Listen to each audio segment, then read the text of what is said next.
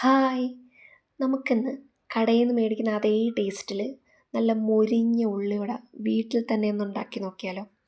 അതിനായിട്ട് ഞാൻ 2 സവാളയാണ് എടുത്തിരിക്കുന്നത്. 2 സവാള ചെറുതായിട്ട് കട്ട് ചെയ്തെടുക്കുന്നുണ്ട്. സവാള കട്ട് ചെയ്യുമ്പോൾ വളരെ നൈസായിട്ട് വേണം കട്ട് ചെയ്യാനായിട്ട്.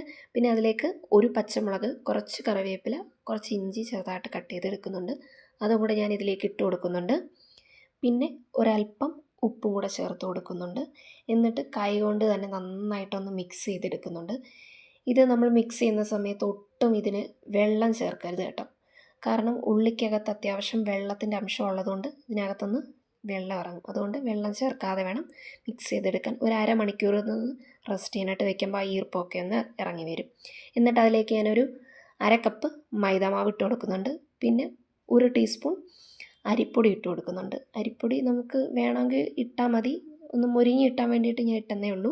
പിന്നെ ഒരു 1/4 ടീസ്പൂൺ മുളക് പൊടി ഇട്ട് കൊടുക്കുന്നുണ്ട്. എരിവിനും ഒക്കെ വേണ്ടിയിട്ടാണേ, നിറവും കൂടെ കിട്ടും. എന്നിട്ട് നന്നായിട്ടൊന്ന് കുഴച്ചെടുത്ത് ഒരു അരമണിക്കൂർ അതൊന്ന് റെസ്റ്റ് ചെയ്യാൻ വെക്കുന്നുണ്ട്. എന്നിട്ട് ഈ ഒരു ഷേപ്പിൽ കൈ കൊണ്ട് തന്നെ നന്നായിട്ടൊന്ന് പ്രസ് ചെയ്തെടുക്കാം. എന്നിട്ടൊരു പാനിലേക്ക് വെളിച്ചെണ്ണ ഒഴിച്ച് നന്നായി ചൂടായി വരുന്ന സമയത്ത് ഓരോന്നായിട്ട് ഞാൻ എണ്ണയിലേക്ക് ഇട്ട് കൊടുത്തിട്ടുണ്ട്. ഇനി ഇത് നന്നായിട്ട് എണ്ണയിൽ ലോ ഫ്ലെയിമിലിട്ട് 2 സൈഡും നന്നായിട്ട് മൊരിയിച്ചെടുക്കണം കേട്ടോ. എന്നാലേ നല്ല ക്രിസ്പി ആയിട്ട് നമുക്കത് കിട്ടത്തുള്ളൂ. അങ്ങനെ നമ്മുടെ മൊരിഞ്ഞ ഉള്ളിവട റെഡിയായി വന്നിട്ടുണ്ട് കേട്ടോ. നല്ല ഭംഗിയുണ്ട് കാണാൻ, അതുപോലെ നല്ല ടേസ്റ്റാണ്.